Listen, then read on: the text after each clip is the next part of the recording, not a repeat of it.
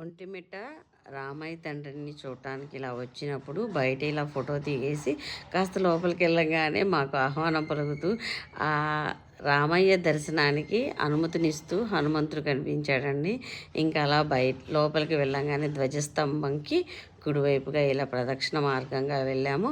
4 వైపులా కూడా 4 గాలిగోపురాలు, అదేవిధంగా రామయ్యకు కళ్యాణం చేయడానికి అన్నట్లుగా మండపాలు కూడా ఉన్నాయండి. 4 వైపులా మండపాలు ఉన్నాయి.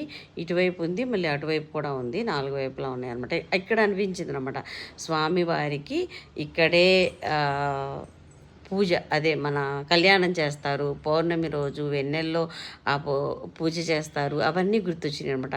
ఇక్కడ చంద్రబాబు నాయుడు గారు ఇట్లానే కదా స్వామివారికి కళ్యాణం జరిపించేది అని ఊహించుకున్నాను అనమాట. ఇంకా అలా దేవుణ్ణి దర్శించుకొని వచ్చామండి. చాలా సంతోషం అనిపించింది. రామయ్య దర్శనం మీకు కూడా కలగాలని